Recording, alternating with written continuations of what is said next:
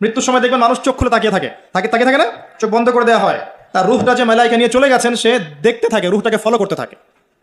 মানুষের সায়েন্স বলে এখন মানুষের বডি যখন মারা যায় তারপরও চোখ জীবিত থাকে। চোখের মধ্যে চোখ সবচেয়ে শেষে নষ্ট হয়। চোখের এই যে ইন্দ্রিয়ের ক্ষমতাটা এটা প্রথম মানে ডেড বডি মারা যাওয়ার সাথে সাথেই শেষ হয়ে যায় না, চোখের এই ক্ষমতাটা বাকি থাকে।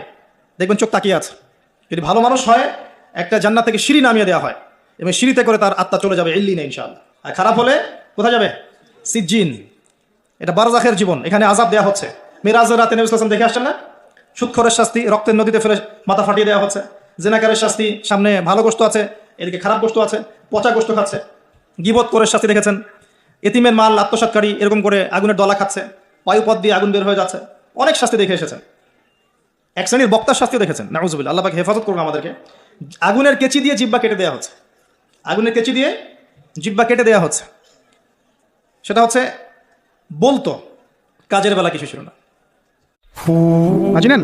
ওই যে একটা বক্সের মধ্যে মাছগুলো ঘোরাঘুরি করে, দেখেছেন বাসায়? এরা কেন ঘুরে, কখনো জিজ্ঞেস করেছেন নিজেকে যে ওরা কেন একই রাস্তায় বারবার ঘুরে?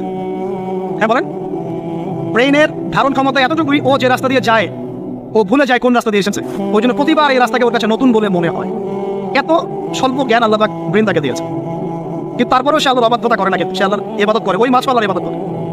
এখন আমাদের সমাজে এমন কিছু মানুষ দেখতে পাওয়া যায়, জ্ঞানপতি মাশাআল্লাহ এমন বলদের পর্যায়ে, যদি বলি কাশ্মীর মনে হচ্ছে জান্নাত, বলবে যে কাশ্মীরকে জান্নাতের সাথে তুলনা করছে।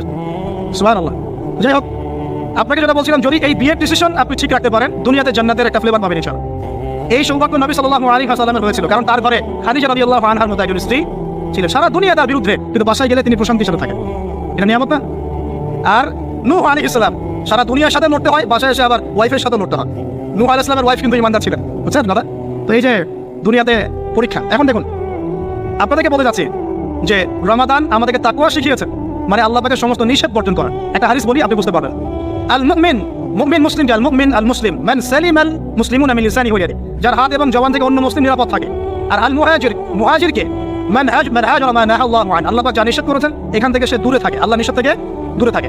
আল্লাহ নিষেধ থেকে দূরে থাকলে পরে তাকওয়ার ফ্লেভার পাওয়া যায়। স্ত্রী ছিল হালাল, আমি ছেড়ে দিয়েছিলাম। পানি পান করা কি হালাল না হারাম? হালাল, কিন্তু রোজা রেখে ছেড়ে দিয়েছি। খাবার খাওয়া কি হালাল না হারাম? হালাল, রোজা রেখে ছেড়ে দিয়েছি। আল্লাহ পাকের হালাল গুলো বর্জন করেছে, হারাম কি করতে পারবো? এই জিনিসটার নাম তাকওয়া। রমজান এই শিক্ষা দিয়ে যায় নাই ভাই?